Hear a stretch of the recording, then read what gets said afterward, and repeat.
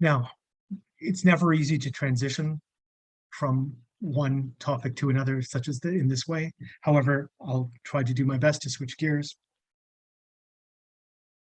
On the first evening of the ACJS annual conference, we historically have gathered to share in a social event, to celebrate coming together and to better understand the richness of our community and our field of study and inquiry.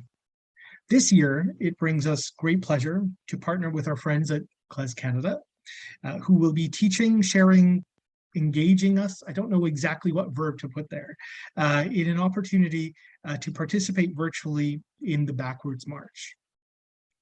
Here, I introduce Avia Moore. She will be leading us on this journey. She is KlezKanada's artistic director. Avia has worked extensively as an artist, as a teacher, and a creative producer with festivals, cultural organizations, and independent artistic projects across North America and Europe, and as mentioned, is currently the artistic director of KlezKanada. Avia is a PhD candidate in theater and performance studies at York University. There's a very strong York theme here this evening, where her research explores the performance and transmission of living traditions. She is a teacher and leader of Yiddish dance, known for her community-focused approach to the form. And so, without further ado, I turn the mic, the camera, over to Avia. Avia. Thank you. You might have to tell me afterwards what kind of event that I brought to you this evening. And I find myself looking out at a sea of black boxes, as I know many of us have done over the last 2 years. But I would love it if some of you would turn your cameras on, because for me, I feel like I want to talk with you rather than at you. And I come from a performance studies background, so I really appreciate having people to talk with. So thank you. So good evening. Thank you for the invitation and for this very kind introduction.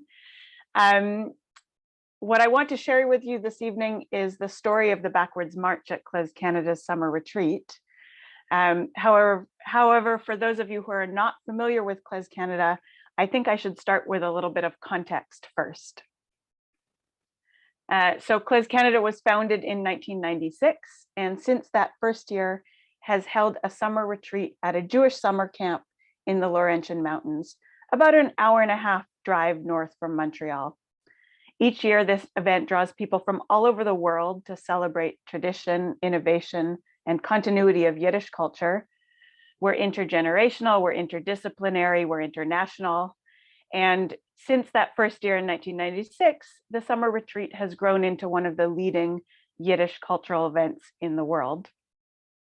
It's one of those events that's actually really hard to capture in one voice and one medium. So right away, I'm going to bring in my colleague, Sebastian Schulman, who's our executive director, to help me describe, with a little bit of help from a video shot in 2019. So let's see, here we go.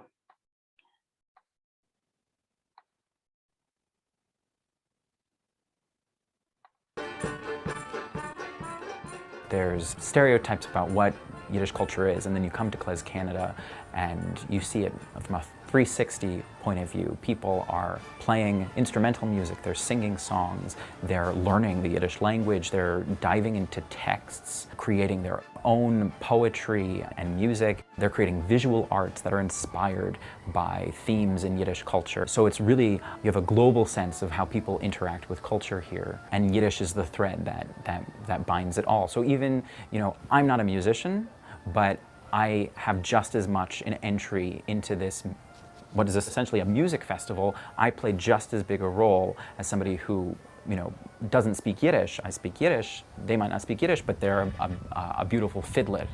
And we can both participate in this project of not just preserving, but bringing this culture forward.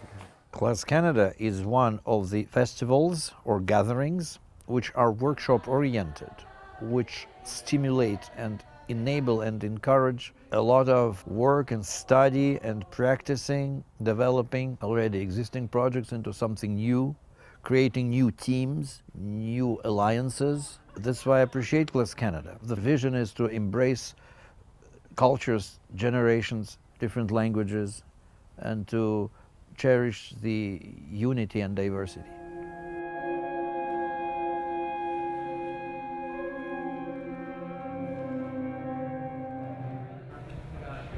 But still again, together. Okay. 1, 2, 3, 2, 2.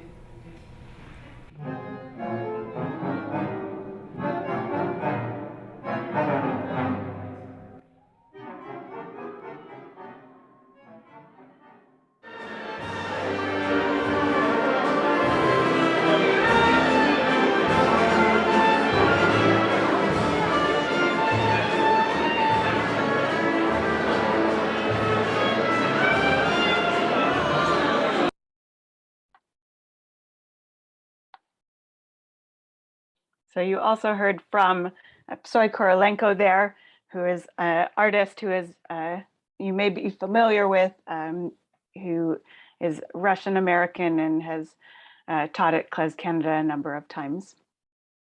Just watching that, especially after 2 years of digital events, makes me a little bit verklempt. So you'll have to bear with me as we go. I should also position myself. I'm not exactly an outside observer. As Hernan said, I've stepped into the role of artistic director at KlezKanada this year. And I've attended KlezKanada almost every year since 2003, when I was first part of the long-running scholarship program there. And I've worked in various capacities for them for over 15 years. So I come at this as a scholar, as a dance leader, as an organizer, as their graphic designer, and with just about every other hat I could have worn over a long time. I'm calling in today from the area known as Takaranto, which has been caretaken by the Anishinaabeg Nation, the Haudenosaunee Confederacy, and the Huron-Wendat, and which is now home to many First Nation, Inuit, and Métis communities. Since 1996, KlezKanada's summer retreat has taken place on the unceded territory of the Ganyan-Gahaga people. As I will be considering gathering and cultural practice and diaspora today, I want to recognize that we are able to gather today to choose our languages and to celebrate our traditions. And I wish that we as a group may also work towards such freedom for all other peoples and cultures as well. So from that positionality, let me set the scene for you. It's Friday evening.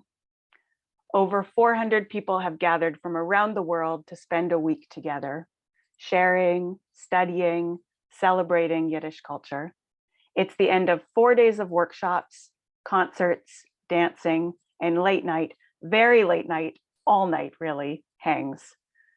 Participants begin to gather by the lakeshore. Many have prepared for Shabbos by changing their casual camp clothes for slightly more formal camp clothes. And as we gather, some begin to unpack their instruments. And then somebody begins to play, usually a member of faculty on a loud instrument like a clarinet or a trumpet. Moving slowly, we together walk backwards up the hill to the dining hall, playing and singing a niggin, which is a wordless melody. It goes like this. Yum ba-da-dum, yum ba-da-dum, yum ba-da-dum, ba-da-dum, ba-da-da, ya-ba-bum, bum, bum, bum, ba-da, ya, ya-da-da-da-da-da-dum, da. All right, so now I'm going to teach that song to you. Those of you, I'm going to teach it to those of you who have your cameras on, but I expect all of you to sing along muted. But I think it's an excellent opportunity so that when you hear the video, you can sing along too. And that way, when you all eventually come to KlezKanada, you'll already know the tune. So the first piece is yum ba-da-dum, yum ba-da-da. So sing that with me. Yum ba-da-da, yum ba-da-da. Next part. Yum ba-da-dum, ba-da-dum, ba-da-da. Yum ba-da-dum ba-da-dum ba-da-da. Ya-da-dum bum bum bum bum ba da ya-da-da-da-da-da-dum. Ya-ba bum bum bum bum bum ba ya-da-da-da-da-da-dum. Okay, let's do that whole part together. Dum da-da-dum, yum da-da-dum, dum da-da-dum, ya-da-dum da-da-da, ya-da-dum dum da-dum bum ba, ya-ba-ba-ba-ba-ba-bum bum. Second part. Yum ba-da-dum ba-da-dum ba-da-da, yum ba-da-dum ba-da-dum ba-da-da. Just that part. Yum ba-da-dum ba-da-dum ba-da-da. Yum ba-da-dum ba-da-dum ba-da-da. Ya-da-dum bum ba-dum bum ba. Ya-da-da-da-da-da-dum ba. Okay, that part. Ya-da-dum bum bum bum bum ba. Ya-da-da-da-da-da-dum ba. Okay, let's do the whole thing together from the beginning. Yum ba-da-dum, yum ba-da-dum, yum ba-da-dum ba-da-dum ba-da-da, ya-ba-bum bum bum bum bum ba, yum ba-da-da-da-da-da-dum ba, yum ba-da-dum ba-da-dum ba-da-da, yum ba-da-dum ba-da-dum ba-da-da, ya-ba-bum bum bum bum bum ba. Yum ba da da da da da dum ba. Beautiful. You all sound great. If we're lucky enough to have sun, everything is, as one participant described it, gold and gorgeous. If it's raining, the instruments stay in their cases and we sing in the rain. I have a short clip for you. Feel free to sing along.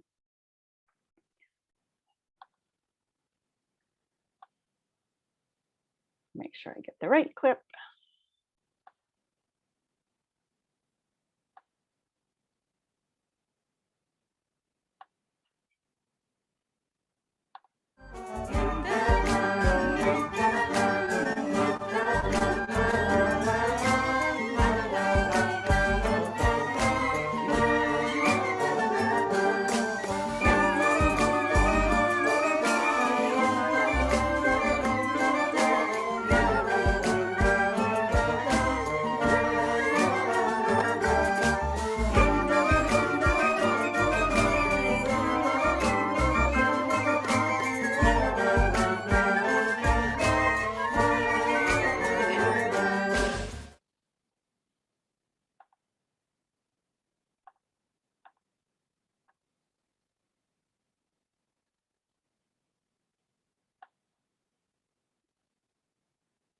We process backwards, so we walk very slowly.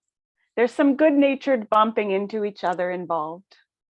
And on the edges of the crowd, some participants like to take on the role of redirecting those who seem to be aimed off the path or towards obstacles. There's some big boulders in the way that we always bump into. As the march moves along the sloping road, the procession becomes more and more spread out as well. And as the group spreads out, so does the music. Because there's no single conductor, the tempo stretches and breaks. And the front of the crowd may be playing the niggin a whole phrase ahead of the back of the crowd. If you move through the crowd rather than with it, so for instance, I often walk up and down the hill taking pictures, there's a point where you travel through the tempo break. And it's sort of like walking through a time machine that only skips over a beat or two. If you stand right in that juncture, the cohesiveness of the gathering gives way to cacophony. Honestly, if we all unmuted now and sang together, we'd get a very similar effect, but I think we'll skip that experiment for this evening. As the procession reaches the top of the hill, the tempos slowly find their way back into one voice. People start to dance, winding their way through the crowd. When someone calls the tune, the backwards march niggin comes to an end. As someone else begins a new niggin, the energy shifts away from instruments and towards voices. Some drift off towards services. Others link arms and continue to sing together. Shabbos is here. So this is the backwards march. It has come to be known. And it's a tradition that's unique to this festival. It was at the 2001 edition of the retreat that theater maker Jenny Romaine led a workshop on Jewish processional walking. This was just before I started going. She wanted to explore the ways that Jews move together. In her interview for the Wexler Oral History Project, Jenny describes how, quote, the question came out of a professional problem, end quote. With a background in processional theater, Jenny was being asked to create large Yiddishist parades. She recalls that the collaborations were exciting and spectacular, but were, quote, not drawing on Yiddish dramaturgy, end quote. The workshop at KlezKanada was intended to learn from and draw upon models that could address this imbalance. As part of the workshop, folklorist Itzik Gottesman shared an ethnographic fragment, the tradition of a backwards procession, which he had collected in an interview. Aryeh Leish, a Yiddish writer and singer living in Israel, described how in the 1920s and 30s, all the Jewish members of his village of Stănești, Romania, would gather by the river on Friday evening. Facing the sunset, they'd walk backwards together towards town, playing a melody to usher in the Sabbath. They'd proceed backwards into the village so as not to turn their back on the Sabbath or on the Shabbos queen. And when they reached the shul, they'd put down their instruments and begin Shabbos prayers. I want to invite Jenny Romaine, Itzik Gottesman, and Frank London, who was also part of that project, to bring their own words to this story.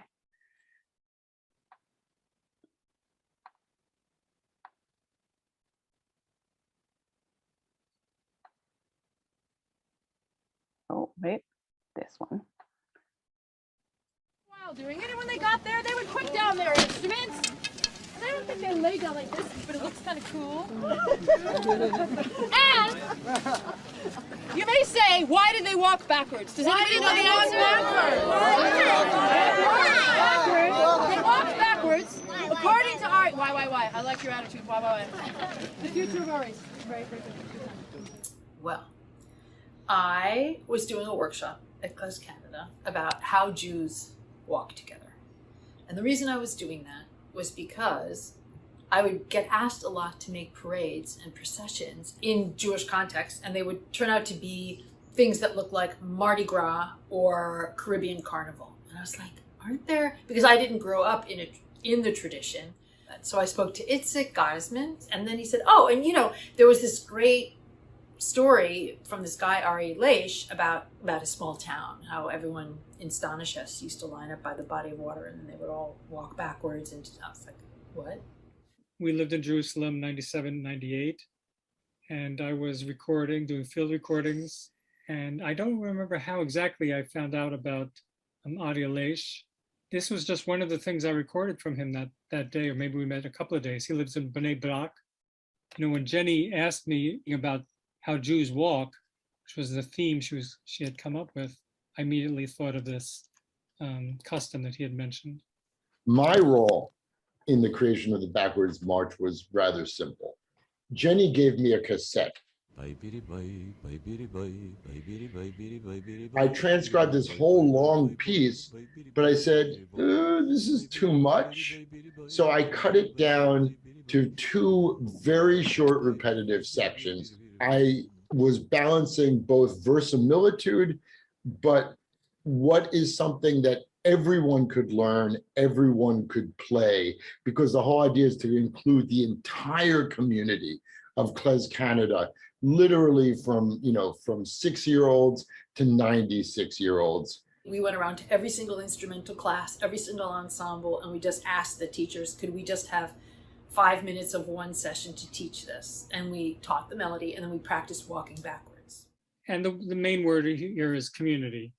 It's a custom that immediately forms a community. And in that sense, it has been a fruitful transition from the shtetl to KlezKanada, in the fact that the custom itself brings everybody together.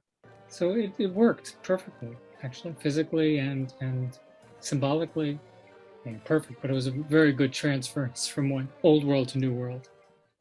I guess people just loved doing it. I think people were like, oh my gosh, this is a perfect combination of something really old and something we haven't done together. And it feels good to do something different. And it was big, it was powerful, like because it was 400 people. Everybody having the experience for the first time. So I don't know, I think like there was something about it. It was like, oh, this is so unusual. Like, oh, we walk backwards here.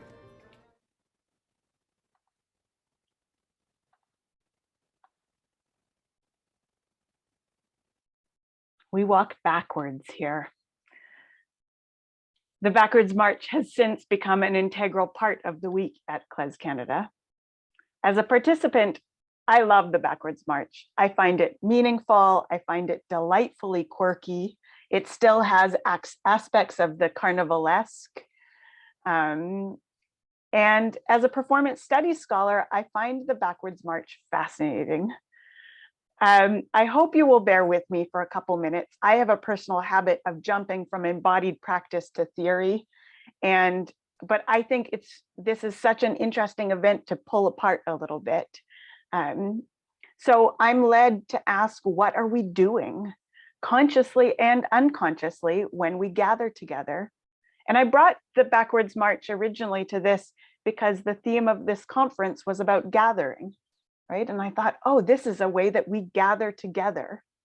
And importantly, I think, what do we enact when we choose to gather together? What do we enact when we choose to move together? In asking these questions, I draw particularly on anthropologist Laura Jane Smith's concept of heritage. Heritage, she argues, is an act or a process or a performance. Moreover, it's an act that reveals motivations and tensions and, quote, in which certain cultural and social meanings and values are reaffirmed, identified, or rejected, end quote. If heritage is a process, then, quote, we open up a wider conceptual space within which to reconsider how it is used and the work that it does in society. What is the heritage what is the work that our heritage, our traditions, and gathering together does in society? So I think that during the Backwards March, participants enact a relationship to cultural practice that's grounded in history, makes informed choices, and turns it into something for present and future. I think that in the Backwards March, participants model a community that embraces different ways of being and doing Jewish. And I think that in the Backwards March, participants reaffirm an approach to tradition that's local and translocal in terms of both place and time, a now and a here that's in dialogue and continuum with then and there, rather than just simply idolizing or rejecting them. Here's Frank London, a past artistic director of KlezKanada, on the organization's approach to cultural practice.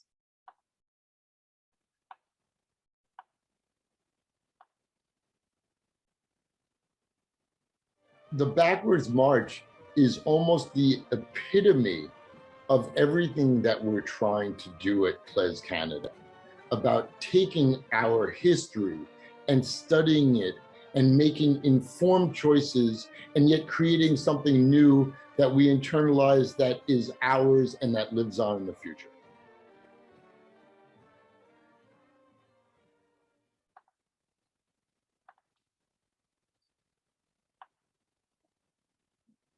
The March is an example of actively reclaiming cultural practice through research, thoughtful development, and embodiment. This really is what we do at KlezKanada. This is significant, I think, particularly as folk practices have not always been seen as valuable in Jewish history. Barbara Kirschenblatt-Gimblett points out the historical attempt to reform Jewish life, particularly during the Haskalah, included repudiating many customary practices, customs that we now think of as folklore. This cultural storehouse of folklore that was collected by folklorists and ethnographers not only reveals the diversity of historical Jewish cultural practice, it also offers multiple ways of being Jewish in the present, something that many of our participants are explicitly seeking. This tension between pluralism and togetherness is actually quite historically important to Yiddish dance, where there's a unique and defining dual emphasis on community dancing and individual expression. This is with my hat on as a Jewish dance leader. This duality is expressed through both stylistic and choreographic elements of the dance. And similarly, in the backwards march, there's a collective movement, even when it's chaotic and cacophonous. The march is also a moment of taking up space with our bodies.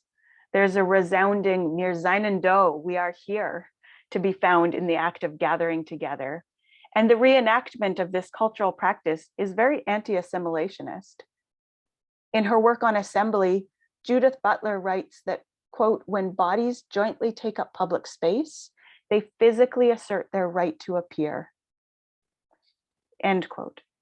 In taking up space, this assembly becomes a temporary center for a dispersed and diverse community who've gathered together from around the world, really from around the world.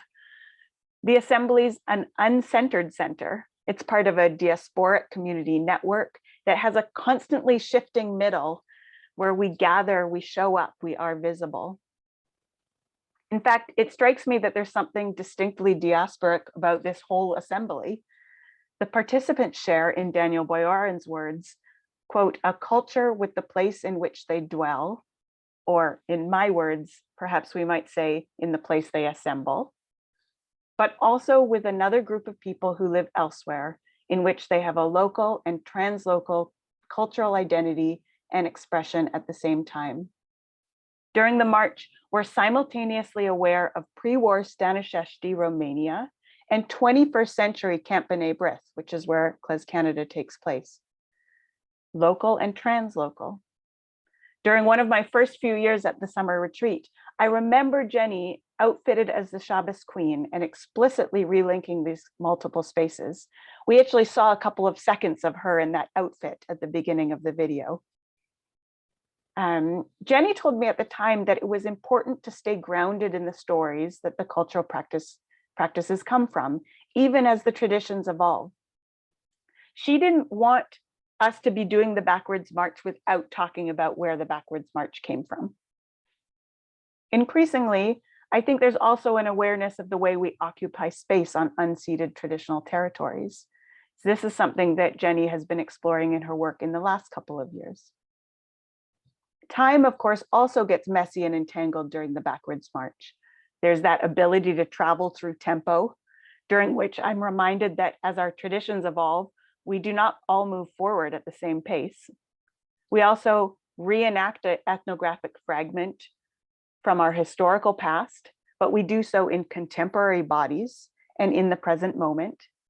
While moving backwards, we carry that tradition forwards into a future moment. It all gets very confusing.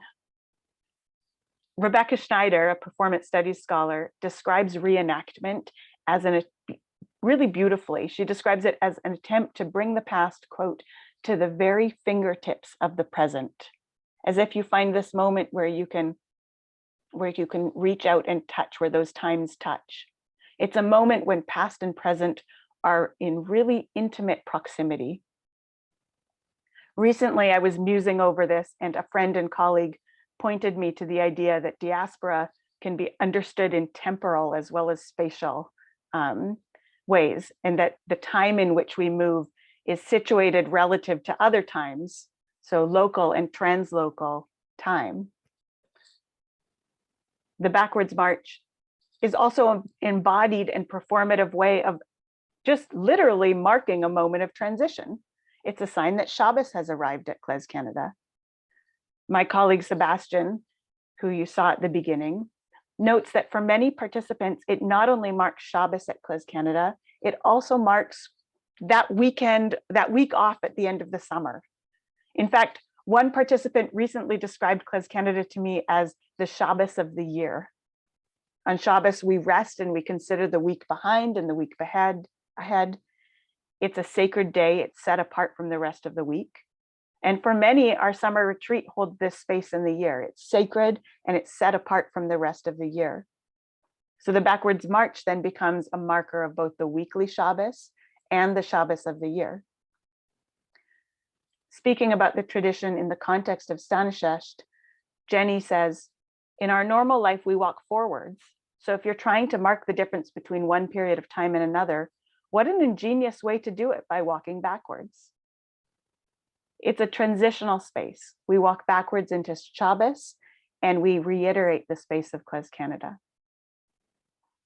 During that first wave of pandemic cancellations, one of the first calls I received was about KlezKanada. I knew it right away. I saw the name of the board chair on my phone, and I knew what was about to happen. The leadership team made a decision very early on to move to a digital festival. At the time, I wasn't the artistic director, but I was on the programming team. And as we planned that first digital edition, we knew that there were certain rituals we could not ignore, but that had to be handled in creative ways. For many returning participants, a KlezKanada without a backwards march just wouldn't have felt complete. And I wondered out loud, quite skeptically, in fact, whether it would be possible to create any approximation of the intimacy and cohesiveness that manifests at camp. How do you walk together when you're apart? How do you create joyous, sacred cacophony of sound, that juxtaposition of here and there and of now and then, when you're isolated in your towns, hundreds and hundreds of miles apart, thousands of miles apart? Michael Winograd was the artistic director at the time, and he put out a call for participants to submit videos of themselves playing, singing, walking, dancing the backwards march niggin. He received over 80 submissions, and then he and filmmaker Magdalena Hutter edited those submissions together, along with archival footage from past festivals. The resulting video on its own reads as a document of together despite distance. To add a live element to the initial stream of the video, participants were invited to join via Zoom and to play muted along with the video. The gallery view of Zoom participants was then streamed next to the edited video as a diptych. It had its own coming together of times and places. Participants are in their own locals, but stitched into a state of togetherness through the editing. And there's many moments of time. For instance, I appear in the archival footage multiple times at multiple different ages because I've been going for 20 years. I'm going to play you a clip of this. The original edited video was 16 minutes long, which I feel like really is only for insiders. But I want to play you 2 minutes of it.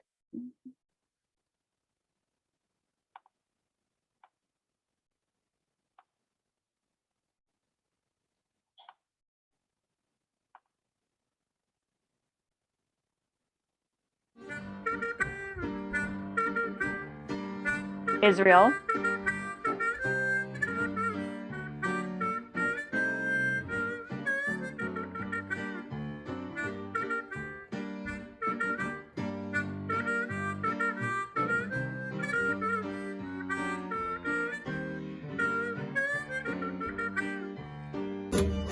Russia.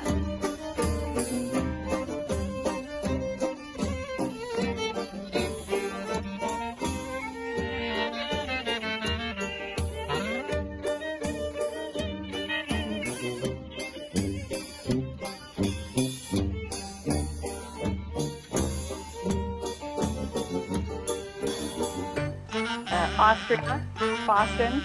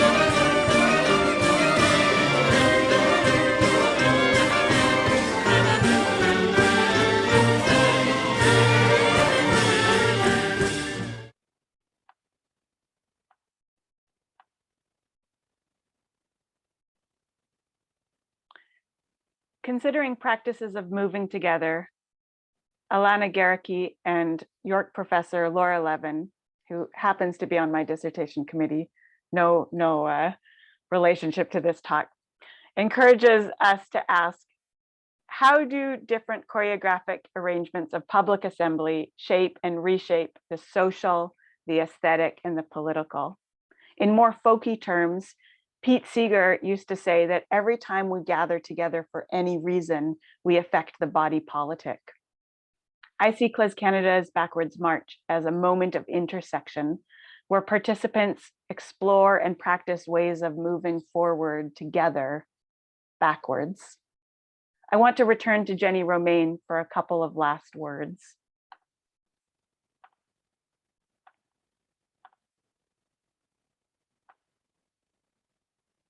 We have to change radically right now.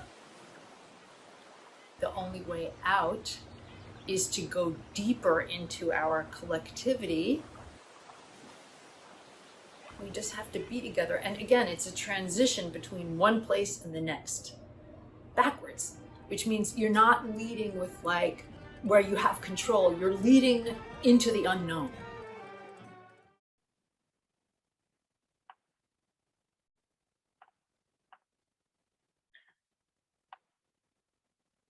Leading into the unknown. But how better to lead into the unknown together backwards than as a community? So I want to do two things. One, I wanted to make sure we had a little bit of time in case any of you have questions. But I also wanted to open this out into a little bit of a discussion, to take a moment to think about gathering. And the question I wanted to pose to the group was, have you experienced a time when cultural practice became a memorable moment of gathering, a memorable moment of gathering? Or have you experienced a moment when the past came to the very fingertips of the present in gathering?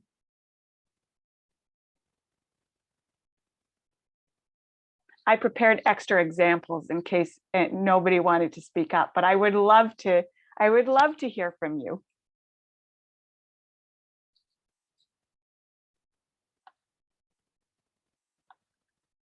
This is also, if for those who are listening quietly, you're welcome to put this in the chat as well.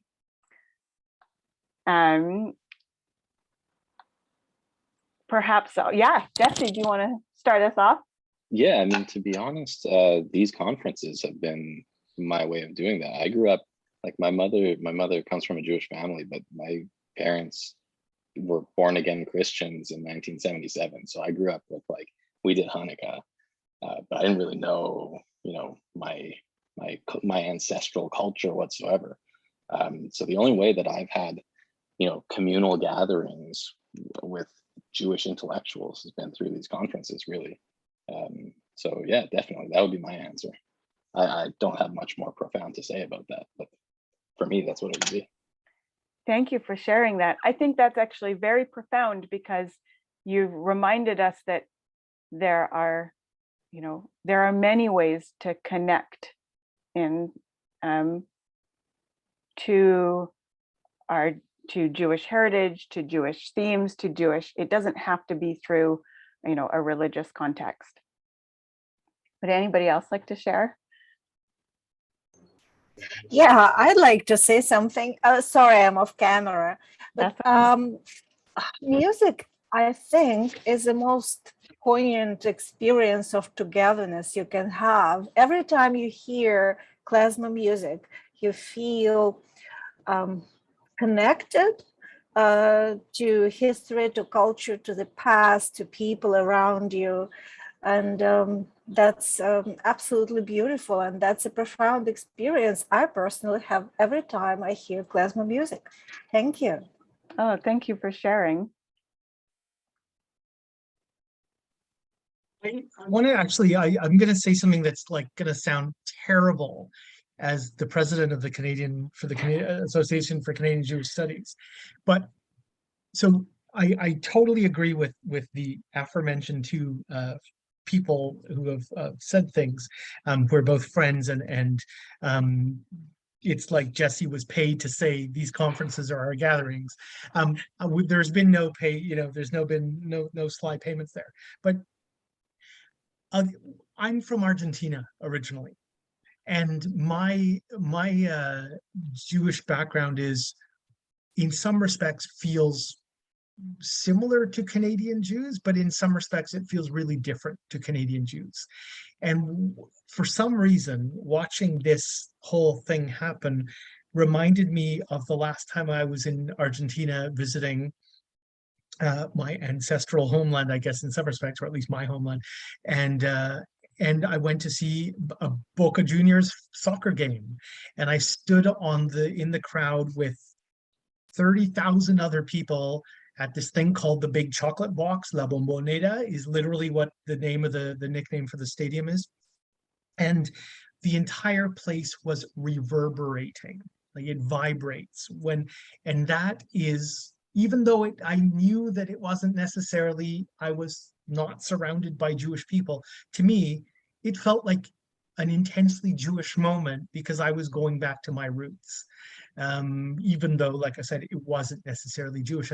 And this is really kind of a part of it, isn't it? That we bring, or we endow religious meaning or Jewish meaning to these things that sometimes aren't explicitly Jewish because of who we are and what we bring to that moment. That's it. Thank you. Oh, thank you for sharing. Yes, Mariana. You're muted. We can't hear you. Yes. Sorry. The backward march is very curious that it appears that you brought it here in Canada, because Canada is a very interesting place where, I'll talk from my own experience when I came years ago from Eastern Europe to Canada. I was staying in the center of Toronto. I said, there is no history, there is no time here. Everything is now and ahead, going ahead. And you see, our life is so much focused on running ahead every day, that this backward march is actually trying to slow down time, get back to the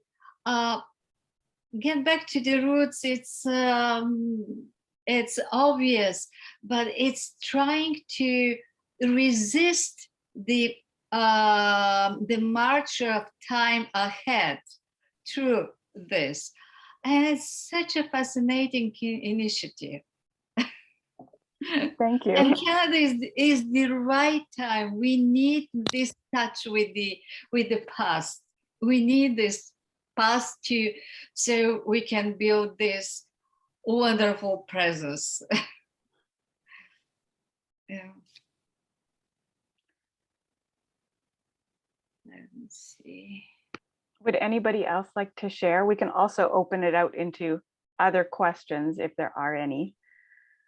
I think your prompt was about when we have this sort of feeling of togetherness in gathering. Mm-hmm. So for me, what came first to mind were Shiva houses, were the attending of Shiva houses, and the rituals of how the mourners sit without pillows, at least in the Ashkenaz tradition, and the washing the hands and the covering of mirrors, and a kind of different protocol that at least is supposed to be followed. It was obviously have really different textures depending on the kind of Shiva, the kind of Jews that the host family has.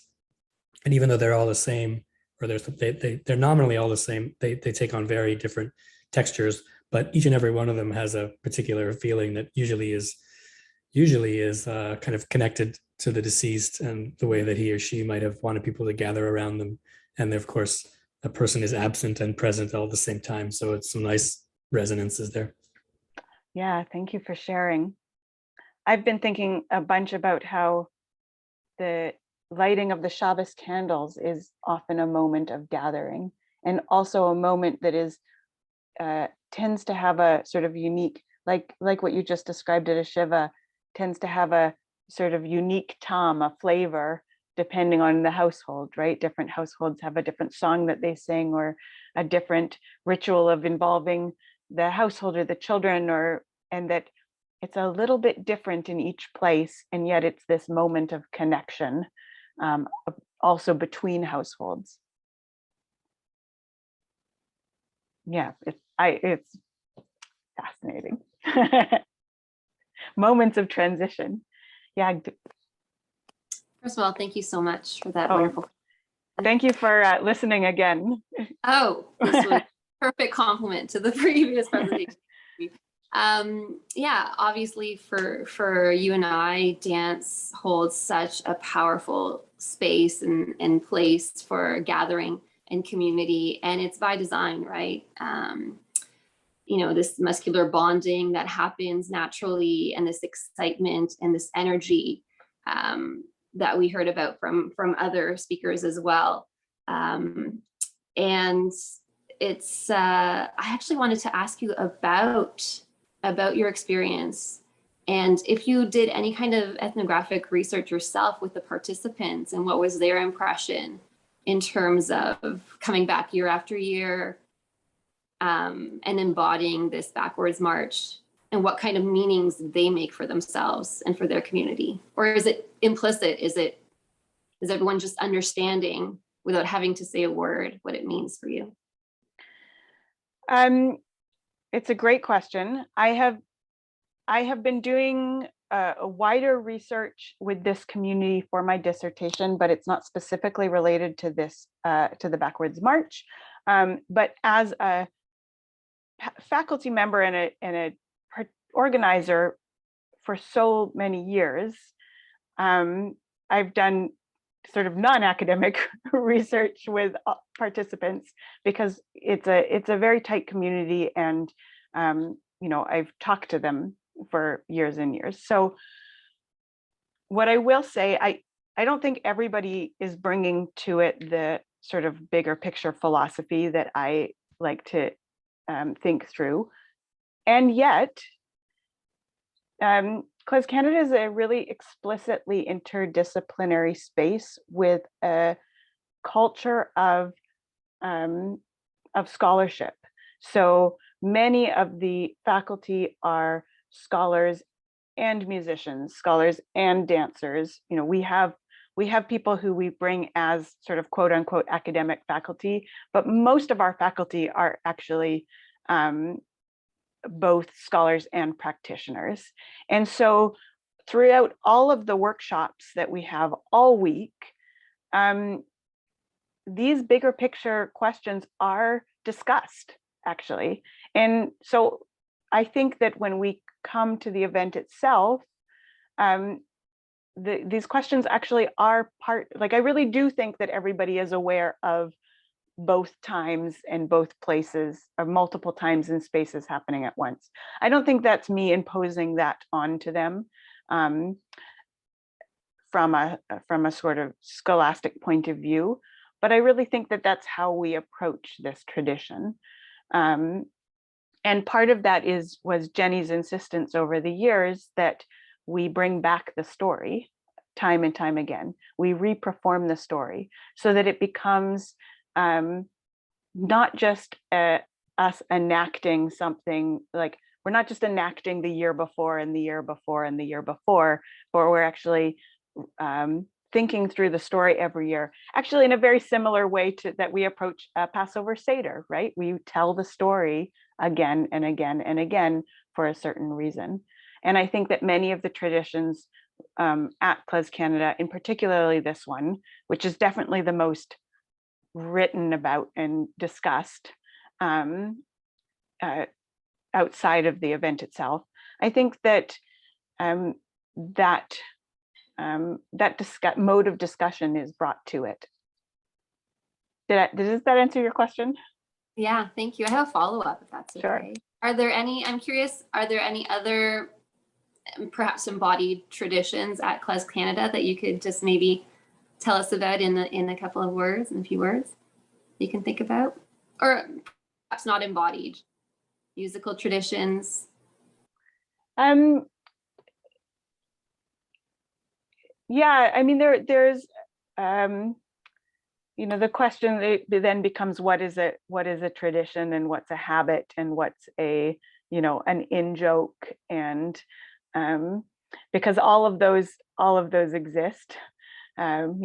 We always swim in the lake on Shabbos, and that is very much an embodied tradition, but not necessarily rooted to in history the same way. I think that there are others, if I were to sort of drill down into smaller moments, but this is the biggest one I can think of. But another example is one that you will have heard me mention the last time we talked about this, which is a tradition to jump to another festival in Yiddish New York, which is a Yiddish cultural festival in New York City. There's this wonderful thing that has happened in the last couple of years of live events. It's been digital for 2 years, in which in 2018, the fire alarm went off at the 14th Street Y, and the entire building emptied onto the street. And it's in December, right? So it's Christmas in New York. The 14th Street is empty because it's Christmas Day, Christmas Eve, and so suddenly you have a Jewish festival again of hundreds of people who've emptied onto 14th Street and fairly immediately started to dance and play together, because just previously we'd been in the lobby dancing and playing together. So then we were dancing, Yiddish dances on 14th Street. The following year, the fire alarm went off again. The whole building emptied out. And this time, within about 30 seconds, we were dancing Yiddish dances on 14th Street. And I'm fairly certain that whether or not the fire alarm goes off the next time we meet in person, we will again be dancing Yiddish dances on 14th Street, because there was something about the embodiment of, again, really taking up space, taking up Jewish space, and in a part of the city that really was so deeply Jewish, right? That the traditions we are practicing actually evolved in that space, and to dance them again in that space was incredibly powerful. And I think for me, though, there's a real similarity with the backwards march in the way that there's an intentionality behind it, even though it has different origins. Which is interesting to think about what attracts people to these perhaps invented traditions, if you will, year after year. And if that second fire alarm drill or a second fire alarm was intentional, perhaps. I know, someone called the fire alarm. We all asked that. Yeah. It makes me wonder, how did the backwards march start? We don't actually know that part of the story. That might be a story that's waiting to be written, but we don't know.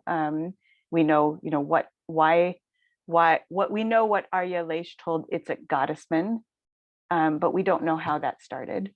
So it really makes me wonder who pulled that fire alarm.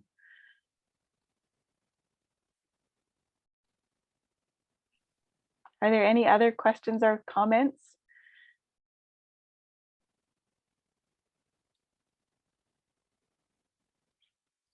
Well, and thank you very much for the invitation to come and share this very dear part of my work and my passion with you.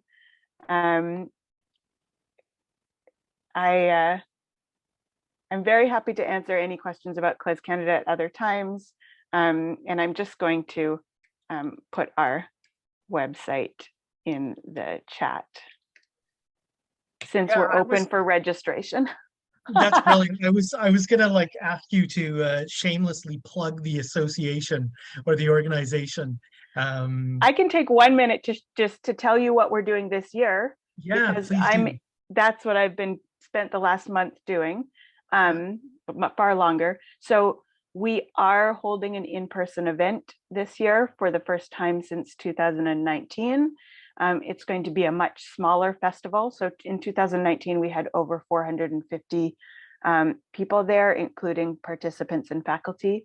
And this one will be about half the size because we're trying to keep everyone safe. Because we realize that not everybody is ready to return to an in-person event, we're also going to do a 2.5-day digital intensive program at the that weekend. That's the very end of July, first weekend of August.